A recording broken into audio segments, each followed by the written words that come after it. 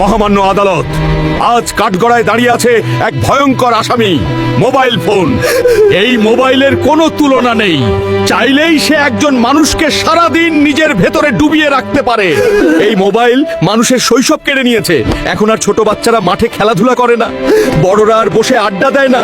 মহামান্য আদালত, এই মোবাইল মানুষের চোখকে বন্দি করেছে, মনকে করেছে দুর্বল, আর সম্পর্ককে করেছে দূরের।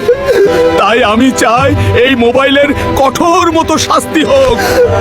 Order, order. সমস্ত সাক্ষ্য ও প্রমাণের ভিত্তিতে এই আদালত ঘোষণা করছে, আজ থেকে মোবাইলের শাস্তি হলো শিশুদের হাত থেকে দূরে রাখা, খাবারের টেবিলে নিষিদ্ধ, পরিবারের সময়ের সময় বন্ধ রাখা, খেলাধুলা, কথা বলা ও বাস্তব জীবনে ফিরিয়ে দেওয়া। মোবাইল হবে মানুষের দাস, মানুষ হবে না মোবাইলের দাস। কে কে চান মোবাইল ছাড়া সুন্দর শৈশব? কে কে চান পরিবারে আবার আড্ডা ফিরুক? কমেন্টে লিখে জানান।